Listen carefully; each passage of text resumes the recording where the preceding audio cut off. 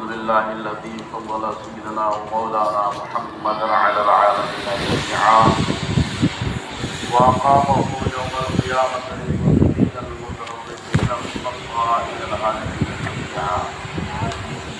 أما بعد فأعوذ بالله من الشيطان الرجيم. بسم الله الرحمن الرحيم.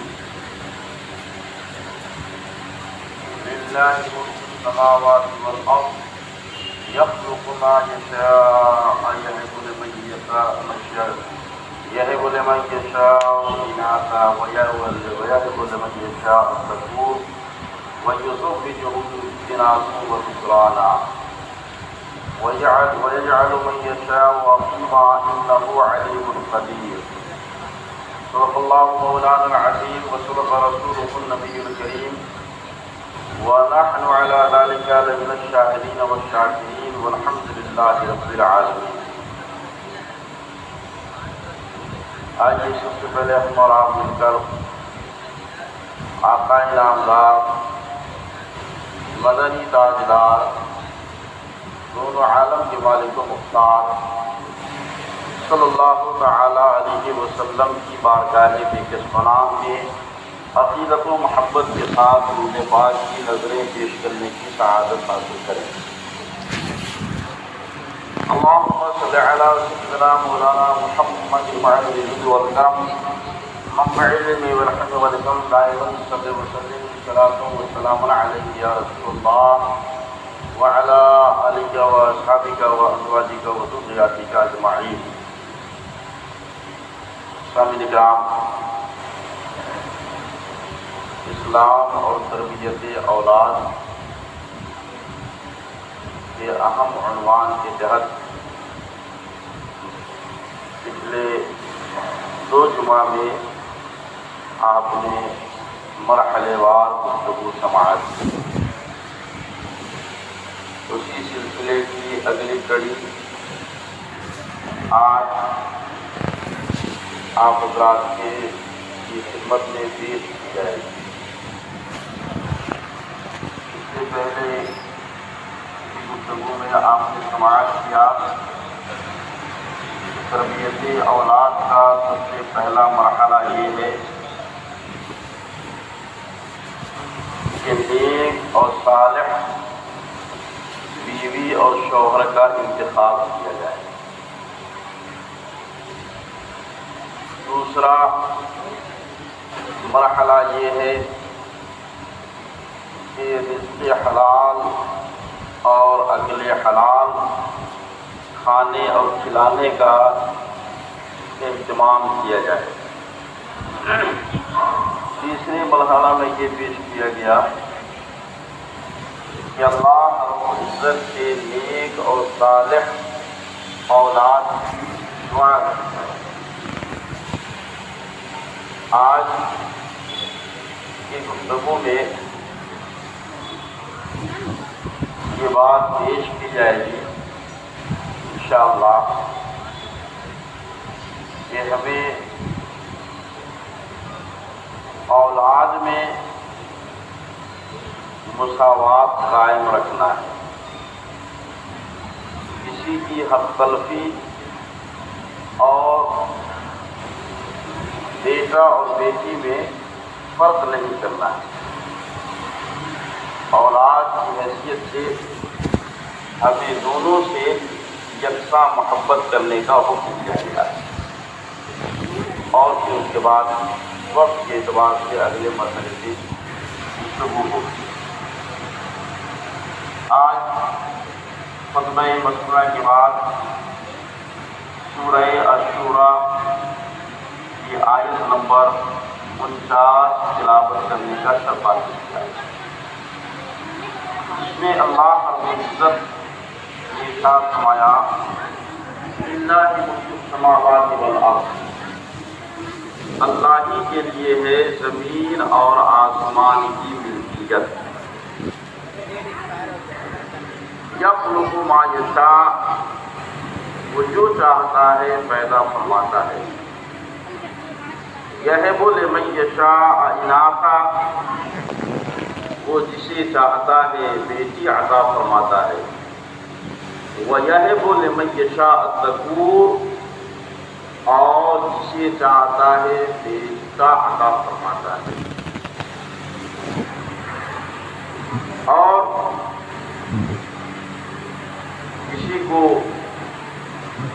بیٹی دیتا ہے، کسی کو بیٹا عطا فرماتا ہے، اور کسی کو وہ 5 رکھ دیتا ہے۔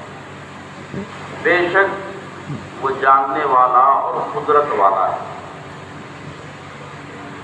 اس آیت کریمہ میں اللہ رب العزت نے جو کچھ بیان فرمایا اس کی تفسیر بیان کرتے ہوئے حضرت امام فخر الدین رازی اپنی کتاب تفسیر کبیر میں اسی آیت کے تحت فرماتے ہیں کہ اللہ رب العزت نے للہ ملک السماوات والارض ارشاد فرما کر لوگوں کو یہ بتایا کہ اس کائنات میں جو کچھ بھی ہے زمین و آسمان میں اس کا مالک حقیقی اللہ رب العزت ہے۔ جب یہ بات آدمی کے ذہن و دماغ میں بیٹھتی ہے تو پھر بہت سارے خرافات ذہن سے نکلتے ہیں اور بہت ساری اچھائیاں دلوں میں گھر کرتی ہیں۔ اور یہ بات اگر ذہن سے نکل جائے تو انسان ذعونت اور تکبر کا شکار ہوتا ہے، یہاں تک کہ کفر کی گھنگھور وادی میں پہنچ جاتا ہے۔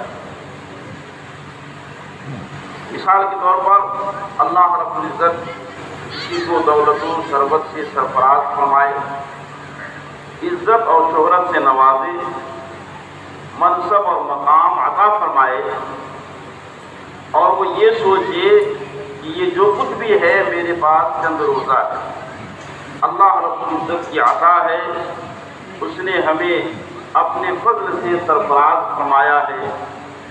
جب یہ بات سوچے گا کہ یہ سب چیزیں میری نہیں ہیں بلکہ رب کے فضل سے ہے، تو پھر رب کا شکر ادا کرنے کا جذبہ دل کے اندر پیدا ہوگا، خدا کی عظمت کا اعتراف ہوگا، اس کے انعام کا شکر ادا کرے گا۔ اور بندہ جب اللہ رب العزت کا شکر ادا کرتا ہے تو اس کا وعدہ ہے لئن شکرتم لازیدنکم، اگر تم میرا شکریہ ادا کرو گے تو میں تمہیں اور زیادہ عطا کروں گا۔ تو بندے کے دل میں جب شکر کا جذبہ پیدا ہوتا ہے تو رب تبارک و تعالیٰ کی عطا کے دروازے کھلتے ہیں۔ لیکن اس کے برعکس اگر کسی کے دماغ میں یہ فطور بیٹھ جائے کہ یہ جو دولت ہے یہ میری عقل کی کمائی ہے، یہ جو سرمایہ ہے یہ میری محنت و مشقت کا نتیجہ ہے، یہ میں نے بڑی تگ و دو کر کے محنت و مشقت کر کے حاصل کیا ہے، معاذ اللہ اس میں کسی کا کوئی لینا دینا نہیں ہے، تو پھر ایسی صورت میں انسان کے اندر تکبر کا جذبہ پیدا ہوتا ہے، غرور اور گھمنڈ پیدا ہوتا ہے، اور پھر اس کے بعد فرعون، شداد جیسے افراد تاریخ عالم میں رونما ہوتے ہیں، جسے جب کہا گیا کہ تم اللہ کی عبادت کرو تو اس نے کہا کہ ہم کیوں کریں، یہ تو ساری چیزیں ہماری ہیں، ہماری محنت و مشقت کا نتیجہ ہے، ہماری عقل کا نتیجہ ہے، لہذا ہمیں کسی کی عبادت کرنے کی ضرورت ہے۔ تو اللہ رب العزت نے فرمایا کہ تم اپنے دل میں یہ خیال باندھ لو اور اچھی طریقے سے بچھا دو کہ للہ ملک السماوات والارض، جو کچھ زمین و آسمان کے اندر ہے یہ سب کا سب اللہ رب العزت کا ہے۔ یخلق ما یشاء، وہ جسے چاہتا ہے جس انداز میں پیدا فرماتا ہے، اور پھر آگے ارشاد فرمایا یہب لمن یشاء اناثا، جسے چاہتا ہے اللہ رب العزت بیٹی عطا فرماتا ہے، وَيَهِبُ لِمَن يَشَاءُ الذُّكُورَ، اور جسے چاہتا ہے بیٹا عطا فرماتا ہے۔ یہ بات انسان کو اپنے ذہن و دماغ میں بٹھانی چاہیے، اور خاص طور سے مسلمانوں کو اللہ رب العزت کی قدرت اور اس کی عطا پر یقین کامل رکھنا چاہیے۔ لیکن اس تعلق سے بہت سارے لوگ نادانی اور غلط فہمی کے شکار ہیں۔ اگر کسی گھر میں بیٹیاں پیدا ہو تو اسے منحوس سمجھتے ہیں اور بیٹوں کا کھلے دل سے استقبال کرتے ہیں، حالانکہ اللہ رب العزت کی حکمت، اس کی قدرت کو اگر انسان بغور دیکھے تو پتہ چلے گا کہ اللہ رب العزت نے اس کائنات میں انسانوں کو جو وجود عطا فرمایا اس کی 4 صورتیں ہیں۔ حضرت آدم علیہ نبینا علیہ الصلوۃ والتسلیم کو بغیر ماں اور باپ کے پیدا فرمایا۔ حضرت عیسیٰ اللہ علیہ الصلوۃ، حضرت حوا رضی اللہ تعالی عنہا کو اللہ رب العزت نے بغیر ماں کے پیدا فرمایا، حضرت آدم علیہ الصلوۃ والتسلیم کی پسلی سے۔ حضرت عیسیٰ اللہ علیہ الصلوۃ والتسلیم کو اللہ رب العزت نے بغیر باپ کے پیدا فرمایا، اور ان کے علاوہ بقیہ جتنے انسان ہیں ان تمام کو ماں اور باپ سے پیدا فرمایا۔ یہ اللہ رب العزت کی قدرت اور یہ اس کی حکمت ہے۔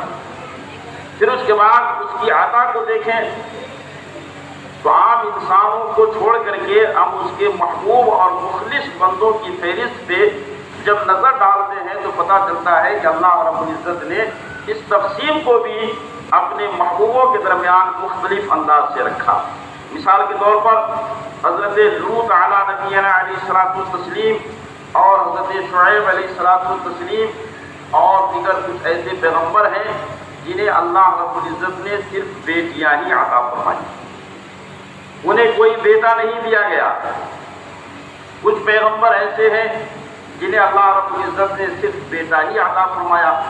مثلا حضرت ابراہیم علیہ نبینا علیہ الصلوۃ والتسلیم کو آپ دیکھیں تو اللہ رب العزت نے آپ کو 2 بیٹے ہی عطا فرمائے، حضرت اسماعیل علیہ نبینا علیہ الصلوۃ والتسلیم اور حضرت اسحاق علیہ الصلوۃ والتسلیم۔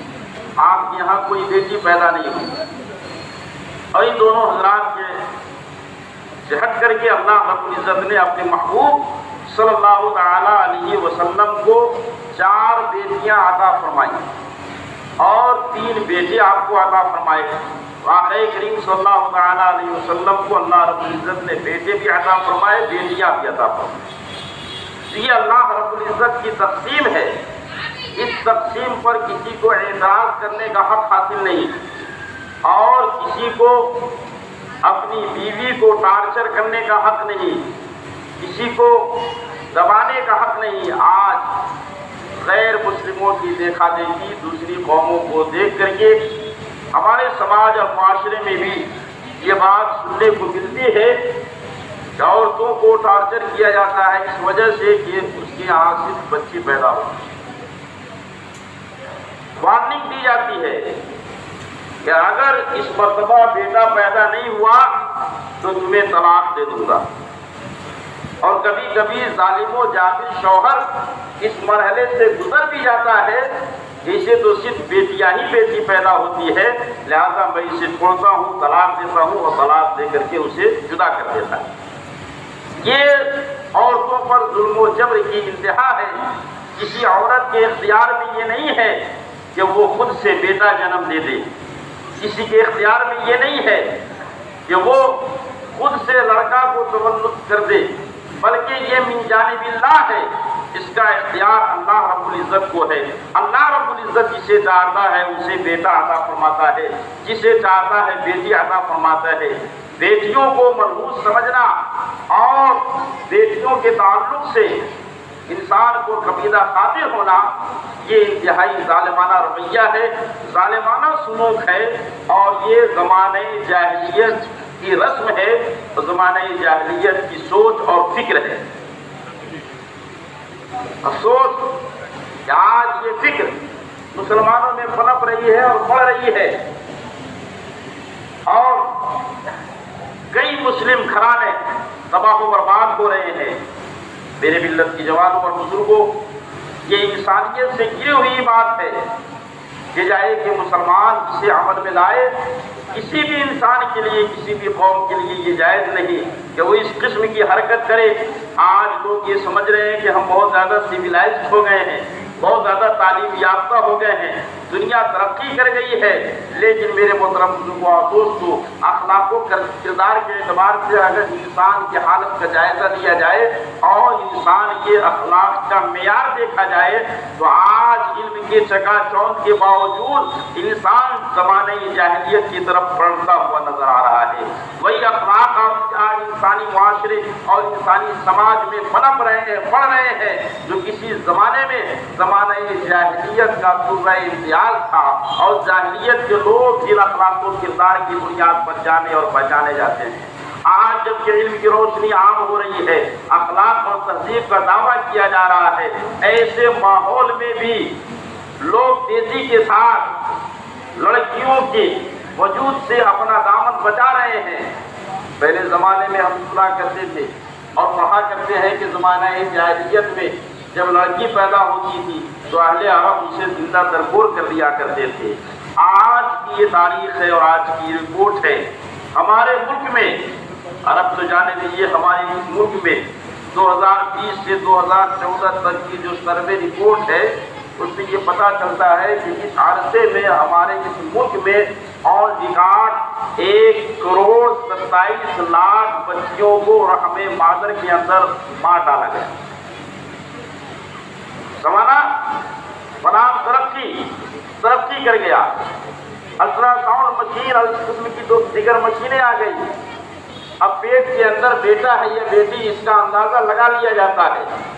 جب یہ معلوم ہوتا ہے کہ پیٹ کے اندر پنپنے والا نومولود یا بچہ بیٹی کی شکل میں ہے تو اس حمل کو ضائع کر دیا جاتا ہے، ابورشن کرا لیا جاتا ہے۔ نتیجہ یہ ہے کہ آن ریکارڈ 1,27,00,000 بچیاں رحم مادر میں مار دی گئی، قتل کر دی گئی۔ یہ وہ لوگ کر رہے ہیں جو تہذیب والے کہلاتے ہیں، مہذب لوگ کہلاتے ہیں۔ ہمارے اسی ہندوستان کے اندر ہریانہ اسٹیٹ میں ایک گاؤں ہے، اس گاؤں کے اندر پورا ایک ضلع ہے، اس ضلع کے اندر تقریباً 5 درجن سے زیادہ ایسے گاؤں ہیں جس گاؤں میں کوئی لڑکی نہیں، صرف لڑکے ہی لڑکے ہیں۔ اتراکھنڈ میں ایک ضلع ہے اتراکاشی، اس کے 136 گاؤں کا سروے کیا گیا، جس میں 216 بچے پیدا ہوئے۔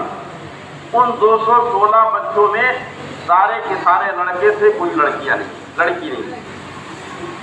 یہ سب ترقی یافتہ سماج اور اپنے آپ سویلائزڈ کہلانے والے لوگوں کا حال ہے۔ کس طرف جا رہے ہیں؟ زمانہ جاہلیت کی طرف جا رہے ہیں۔ زمانہ جاہلیت میں بھی لوگ اپنی بیٹیوں کے ساتھ یہی برتاؤ کرتے تھے اور آج بھی یہی کیا جا رہا ہے۔ زمانہ جاہلیت کی منظر کشی کرتے ہوئے اللہ رب العزت قرآن مقدس سورہ النحل یہ آیت نمبر 58 میں ارشاد فرماتا ہے، اذا بشر احدهم بالانثى ظل وجهه مسودا وهو كظيم، کہ اس زمانے میں جب کسی انسان کو بیٹی کی پیدائش کی اطلاع دی جاتی کہ تمہارے گھر بیٹی پیدا ہوئی ہے تو اس کا چہرہ اس طریقے سے سیاہ ہو جاتا جس طریقے سے کوئلہ کالا ہوتا ہے، یعنی اس کا وہ بہت برا اثر لیتا، اپنا چہرہ چھپائے پھرتا کہ آج ہمارے گھر کے اندر بیٹی پیدا ہوئی ہے، اب اس کی دیکھ ریکھ کرنی پڑے گی، دیکھ بھال کرنی پڑے گی، شادی بیاہ کرنی پڑے گی، کوئی میرا داماد ہوگا۔ اس طریقے کے باطل خیالات نے انہیں اس طریقے سے عورتوں سے، لڑکیوں سے، بچیوں سے متنفر کر دیا تھا کہ بچی کی پیدائش کو وہ اپنے لیے عیب سمجھتے تھے۔ آج بھی ہمارے سماج اور معاشرے میں ریپ کی کثرت اور جہیز کی لعنت نے اس طریقے سے بچیوں سے متنفر کر دیا ہے کہ آج بھی جب یہ پتہ چلتا ہے کہ گھر میں بچی پیدا ہوئی ہے تو پورے گھر والوں کو ایسا محسوس ہوتا ہے کہ سانپ سن گیا۔ نہ کوئی خوشی کی لہر ہے، نہ کوئی مسکراہٹ ہے، نہ مبارکبادی کا سلسلہ ہے، سب اپنی جگہ پر جامد و ساکت ہے۔ لیکن اگر پتہ چلے کہ فلاں گھر میں لڑکا پیدا ہوا ہے تو پھر تالی بھی لوگ بجاتے ہوئے نظر آتے ہیں۔ گھر کے اندر تو کیا چھت پہ چڑھ کر کے بجاتے ہیں۔ یہ تفریق ہے لڑکی اور لڑکا کے درمیان، یہ سوچ ہے ہمارے سماج اور معاشرے میں۔ آقا کریم صلی اللہ تعالی علیہ وسلم کی خدمت میں ایک صحابیہ حاضر ہوئی، روایت ہے حضرت نعمان بن بشیر رضی اللہ تعالی عنہ سے، وہ فرماتے ہیں کہ میں نے اپنی بیٹی کو کچھ مال صدقہ کیا۔ میں نے اپنی بیوی سے کہا کہ یہ مال میں نے اپنی بیٹی کو دیا ہے، تو میری بیوی نے کہا یہ اس وقت تک فائنل نہیں ہوگا جب تک کہ ہم آقا کریم صلی اللہ تعالیٰ علیہ وسلم کے پاس جا کر کے اس پہ مہر نہ لگوا دیں، یعنی آقا صلی اللہ تعالیٰ وسلم اجازت دیں گے کہ اتنا مال اسے دے دو تو ہم دیں گے، ورنہ یہ بات فائنل نہیں ہے۔ دونوں میاں بیوی آقا کریم صلی اللہ تعالیٰ علیہ وسلم کی بارگاہ میں حاضر ہوئے، ماجرا پیش کیا، حبیب یا رسول اللہ ہم نے اپنی بیٹی کو اتنا مال دیا ہے۔ تو آقا کریم صلی اللہ تعالیٰ علیہ وسلم نے جواب ارشاد فرمایا کیا تمہارے پاس لڑکے بھی ہیں؟ انہوں نے کہا کہ ہاں یا رسول اللہ لڑکے بھی ہیں۔ تو آپ نے فرمایا کیا تم نے اپنے لڑکوں کو بھی اتنا ہی مال دیا ہے جتنا اپنی بیٹی کو دیا؟ تو فرماتے ہیں کہ نہیں یا رسول اللہ میں نے تو نہیں دیا۔ تو آقا کریم صلی اللہ تعالیٰ علیہ وسلم نے ارشاد فرمایا اعدلوا بین اولادکم، تم اپنی اولاد کے درمیان انصاف کرو، یعنی جتنا بیٹی کو دیے ہو اتنا ہی بیٹا کے لیے بھی رکھو، اور جتنا تم بیٹا کو دیتے ہو اتنی ہی بیٹی کو دو۔ دونوں کے درمیان انصاف اور اخلاق کا برتاؤ رکھو، دونوں کے درمیان برابری کا حکم رکھو، تب جا کر کے تمہارا یہ فیصلہ اور تمہارا یہ عطیہ اللہ کی بارگاہ سے قبول ہوگا اور تمہارے لیے عذاب سے رستگاری کا سبب بنے گا۔ میرے محترم بزرگوں اور دوستوں، عرض یہ کرنا ہے کہ آج ہمارا سماج اور معاشرہ بیٹی کی پیدائش پر تو ناراضگی کا اظہار کرتا ہے اور بیٹے کی پیدائش پر خوشی کا اظہار کرتا ہے، حالانکہ اللہ رب العزت کی نعمت جہاں بیٹا ہے وہیں بھی بیٹی کسی طریقے سے کم نہیں ہے۔ بخاری شریف کی حدیث ہے، ابو داؤد میں اس کا تذکرہ ہے، قال رسول اللہ صلی اللہ تعالی علیہ وسلم من عال جاریتین حتی تبلغا فهو فی الجنۃ ہکذا وسمى سبعی۔ آقا کریم صلی اللہ تعالی علیہ وسلم نے ارشاد فرمایا کہ جس شخص نے اپنی دو بیٹیوں کی پرورش کی وہ شخص جنت میں داخل ہوگا، اور وہ میرے ساتھ کس طرح ہوگا؟ آپ صلی اللہ تعالی وسلم نے اپنی دونوں انگلیوں کو ملا کر کے ارشاد فرمایا اس طریقے سے وہ میرے ساتھ جنت میں ہوگا۔ یہ خوشخبری آقا کریم صلی اللہ تعالی وسلم نے لڑکی کی پیدائش اور اس کی تعلیم و تربیت میں دی۔ بخاری شریف کی حدیث ہے، مسلم شریف کی بھی حدیث ہے، رواہ ابو داؤد فی صحیحین حدیث حسنہ عن النبی صلی اللہ تعالی علیہ وسلم لا یکون لأحد ثلاث بنات او ثلاث اخوات او بنتان او اخوتان فیتقی اللہ فیہن ویحسن الیہن الا دخل الجنہ۔ آقا کریم صلی اللہ تعالی علیہ وسلم ارشاد فرماتے ہیں ایک کسی کے گھر 3 بچی ہو یا کسی کی ماتحتی میں 3 بہنیں ہوں اور ان کی وہ تعلیم و تربیت کا انتظام کرے، پرورش و برداشت کرے اور ان کے معاملے میں اللہ سے ڈرے، ان کے ساتھ اچھا سلوک کرے، تو آقا صلی اللہ علیہ وسلم کے ساتھ فرماتے ہیں الا دخل الجنہ، وہ شخص جنت میں داخل ہوگا۔ سبحان اللہ۔ یہ خوشخبری اور بشارت جس کے تعلق سے ہے اور جس کے لیے ہے، اس شخص کے لیے ہے جو اپنی 3 بیٹی کی پرورش کرتا ہے۔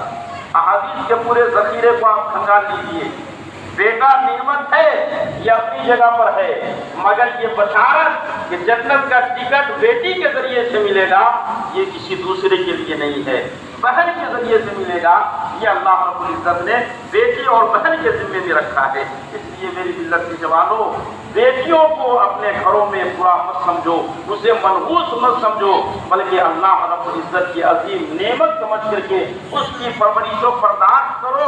اس پرورش و برداشت میں اللہ رب العزت نے تمہارے لیے نہ جانے رحمت کے کتنے دروازے پوشیدہ کر رکھے ہیں، ان کی اچھی طریقے سے پرورش و برداشت کرو گے تو اللہ رب العزت تجھے جنت میں اعلیٰ سے اعلیٰ مقام عطا فرمائے گا، ان کے صدقے میں جنت عطا فرمائے گا۔ لہذا ان عورتوں کو ٹارچر نہ کیا جائے، انہیں طعنہ و تشنیع کا شکار نہ کیا جائے جن کے گھر صرف بچیاں ہی پیدا ہوتی ہے، بلکہ انسان یہ سوچے کہ جس طریقے سے میرے اختیار میں نہیں ہے اسی طریقے سے اس کے اختیار میں نہیں ہے۔ اللہ رب العزت نے فرما دیا ہے وہ جسے چاہے بیٹی عطا فرماتا ہے، جسے چاہتا ہے بیٹا عطا فرماتا ہے، اور جسے چاہتا ہے ماچھ رکھتا ہے۔ اگر خدا نہ کرے کوئی عورت ماچھ ہو جائے، اس پر بھی کسی کو طعنہ دینے کا اختیار نہیں ہے، اس پر بھی کسی کو طنز و تعریف کرنے کا اختیار نہیں کہ اس کے یہاں تو بچہ پیدا نہیں ہوتی، یہ تو منحوس عورت ہے، نہیں، بلکہ اللہ رب العزت نے فرمایا اس وقت بھی تم اللہ کی رضا پر راضی رہو اور اس کی قسمت، اس کی تقسیم پر خوش رہو کہ پروردگار عالم نے ہی ایسا کیا ہے، وہ جسے چاہتا ہے باز رکھتا ہے۔ انہ علیم القدیر، بے شک اللہ رب العزت جاننے والا اور قدرت والا ہے۔ میرے محترم بزرگوں اور دوستوں، اولاد کی تربیت کو اور اولاد کی تربیت کے بعد اللہ رب العزت اسے بہتر سے بہتر بنائے، اس کے لیے کوشش کرنی چاہیے۔ بیٹا اور بیٹی پر خوشی یا رنج کا اظہار نہ کر کے دونوں کے ساتھ یکساں برتاؤ کرنا چاہیے۔ بچے کی پیدائش ہوئی، اللہ رب العزت نے اپنے فضل سے بیٹا عطا فرمایا یا بیٹی عطا فرمائی، اب اس کے بعد جیسے گھر میں اولاد ہوئی، اب ماں باپ کی ذمہ داری مزید بڑھتی چلی۔ اب کیا ذمہ داری بڑھی؟ عن ابی رافع قال رأيت رسول اللہ صلی اللہ تعالی علیہ وسلم اذن فی اذن حسن بن علی متى ولدته فاطمہ۔ حضرت ابو رافع فرماتے ہیں کہ میں نے نبی کریم صلی اللہ تعالی علیہ وسلم کو دیکھا کہ جب حضرت حسن بن علی کی ولادت ہوئی تو انہوں نے ان کے داہنے کان میں آذان کہی۔ اب یہاں سے ذمہ داری شروع ہوتی ہے باپ کی کہ جب بچے کی ولادت ہو تو اس کے لیے اس کے کان میں آذان کہنے کا اہتمام کرے۔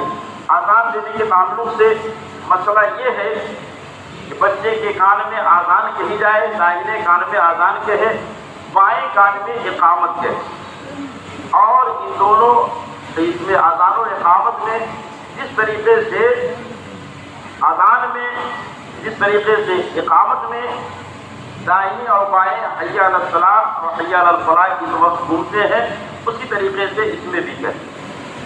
اس انداز سے بچے کو یا بچی کو گود میں لیا جائے کہ اس کا چہرہ دائیں طرف ہو اور آذان دینے والا اس کی کان میں آذان کہے۔ اس آذان کو کہنے کی اس وقت ضرورت کیا ہے؟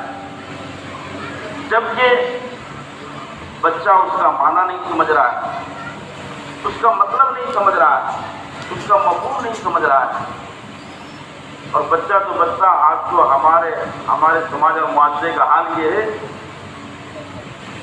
کہ جس بچے کا کوئی باپ ہے وہ باپ بھی آذان کا مطلب نہیں سمجھ رہا ہے۔ اللہ اکبر کا معنی کیا ہوتا ہے، حی علی الصلاۃ کا معنی کیا ہوتا ہے، حی علی الفلاح کا معنی کیا ہوتا ہے۔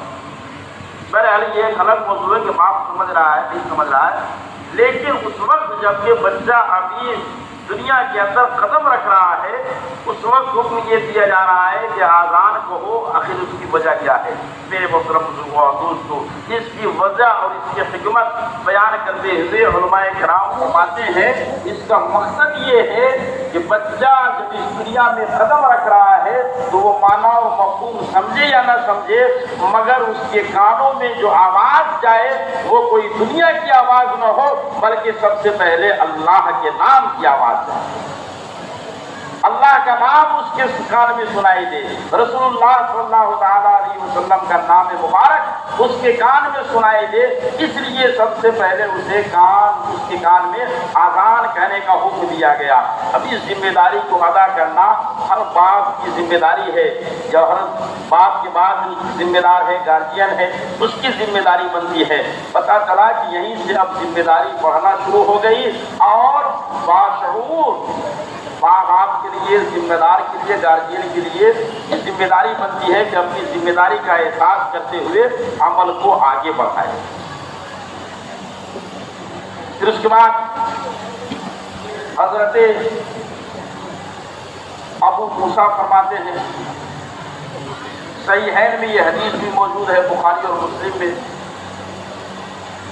ولد لی غلام فاتیت بہ النبی صلی اللہ تعالی علیہ وسلم فحنکہ بتمرۃ ودعا لہ بالبرکہ ودفعہ الیہ۔ حضرت ابو موسیٰ فرماتے ہیں کہ میرے گھر ایک بچہ پیدا ہوا، میں اسے لے کر کے آقا کریم صلی اللہ تعالی علیہ وسلم کی بارگاہ میں حاضر ہوا، فسماہ ابراہیم، تو آقا کریم صلی اللہ تعالی علیہ وسلم نے ان کا نام ابراہیم رکھا، وحنکہ بتمرۃ، اور ایک کھجور سے آپ نے تحنیک فرمائی۔ تحنیک کہتے ہیں بچے کی پیدائش کے بعد اس کے حلق میں کوئی میٹھی چیز ڈالنا، یا اگر بروقت کوئی بزرگ آدمی ہو، عالم دین ہو، متقی پرہیزگار ہو، تو اس کا لعاب منہ میں ڈالنا، یہ تحنیک کہا جاتا ہے۔ تو حضرت ابو موسیٰ فرماتے ہیں کہ میرا لڑکا پیدا ہوا، میں لے کر کے سرکار کی بارگاہ میں گیا، سرکار نے اس کا نام ابراہیم رکھا اور اس کی تحنیک فرمائی ثمرہ سے، یعنی آپ نے اپنے منہ میں کھجور چبایا اور چبا کر کے بچے کے منہ میں ڈال دیا، یہ تحنیک ہے۔ پھر اس کے بعد آپ نے دعا لہ بالبرکہ، دعائے برکت فرمائی اس بچے کے لیے، اور پھر اس کے بعد آپ نے اس بچے کو اپنی گود سے مجھے دے دیا۔ اس حدیث پاک کے تناظر میں علماء کرام فرماتے ہیں کہ بچے کے کان میں آذان کہنا اور اس کا نام رکھنا اور اس کی تحنیک کرنا، یہ سب مستحبات میں سے ہے، یہ سب کرنا چاہیے کہ یہ برکت کی چیزیں ہیں۔ اسی طریقے سے صحیحین کی ایک دوسری روایت ہے، آقا کریم صلی اللہ تعالی علیہ وسلم یہ روایت فرماتے ہیں کہ انہوں نے، یعنی آقا کریم صلی اللہ تعالی علیہ وسلم نے حضرت طلحہ کے صاحبزادے جو حضرت ام سلیم کے شوہر ہیں، انہوں نے اپنے بچے کو آقا کریم صلی اللہ تعالی علیہ وسلم کی خدمت میں پیش کی، تو آپ صلی اللہ تعالی علیہ وسلم نے ان کا نام عبداللہ رکھا۔ اس حدیث پاک میں نام رکھنے کی اہمیت کو واضح کیا گیا۔ پہلے حدیث پاک میں آپ نے آنے والے نومولود بچے کا نام ابراہیم رکھا، اور اس حدیث پاک میں آپ نے عبداللہ رکھا۔ آج ہمارے سماج اور معاشرے میں عبداللہ اور ابراہیم نام کو ہمارا نوجوان اولڈ نیم سمجھتا ہے، صاحب یہ تو پرانا نام ہو گیا، اب ہمیں نیا نام چاہیے، اور نئے نام کے چکر میں نہ جانے کیسے کیسے نام رکھ لیتے ہیں، جن کے نہ معنی کا صحیح پتہ اور نہ جن کی حقیقت صحیح طریقے سے معلوم۔ اس لیے میری ملت کے جوانوں، نام رکھنے میں ہمیشہ حدیث پاک کی فکر اور مزاج کو ترجیح دو۔ آقا کریم صلی اللہ تعالیٰ علیہ وسلم نے ارشاد فرمایا کہ ناموں میں سب سے بہتر نام وہ ہے جو اللہ کے نام پر رکھا جائے، عبداللہ، عبد الرحمن وغیرہ۔ پھر اس کے بعد آپ نے فرمایا کہ جس گھر میں کوئی محمد ہوتا ہے، اللہ رب العزت اس گھر والے کو آفت اور بلا سے محفوظ و معمول رکھتا ہے، یعنی اپنے نام کے ساتھ آپ نے نام رکھنے کی اجازت عطا فرمائی اور ترغیب دی۔ اس طریقے سے اور بھی نام رکھنے کی دوسری فضیلتیں بیان کی گئی ہے۔ عرض یہ ہے کہ ہمارے یہاں جو ابھی ٹرینڈ چل رہا ہے کہ نیو نام ہونا چاہیے، نیا نام ہمیں رکھنا ہے، یہ نیا کے چکر میں آدمی کو کبھی کبھی تباہ بھی کر دیتا ہے، برباد بھی کر دیتا ہے۔ اس لیے نام وہی رکھیے جو حدیث پاک میں جس کی طرف اشارہ کیا گیا ہے۔ آقا کریم صلی اللہ تعالیٰ علیہ وسلم نے جس کے بارے میں ارشاد فرمایا ہے کہ نام کا بہت بڑا اثر آدمی کی ذات پر ہوتا ہے، کام کا بہت بڑا اثر ذات پر ہوتا ہے۔ انشاءاللہ اس تعلق سے گفتگو پھر کبھی اور، مگر یہاں پر ذہن میں محفوظ یہ رکھنا ہے، بات یہاں پر مکمل ہوئی کہ اللہ سے نیک صالح اولاد کی دعا مانگیے، لڑکے اور لڑکی میں امتیاز نہیں کرنی ہے، بچے کی جیسی ولادت ہو اپنی ذمہ داری کا احساس کیجیے کہ وہ آپ کی ڈیوٹی بڑھ گئی ہے اور آہستہ آہستہ بڑھتی چلی جائے گی۔ ابھی سے اپنی ذمہ داری کا احساس کریں گے تو آگے چل کے ذلت و رسوائی اور بدنامی نہیں ہوگی، آپ خدا کی پکڑ سے بھی محفوظ رہیں گے، اولاد بھی نیک صالح تربیت یافتہ ہوگی۔ دعا ہے کہ اللہ رب العزت ہمیں اپنی ذمہ داریوں کو سمجھنے کی توفیق عطا فرمائے۔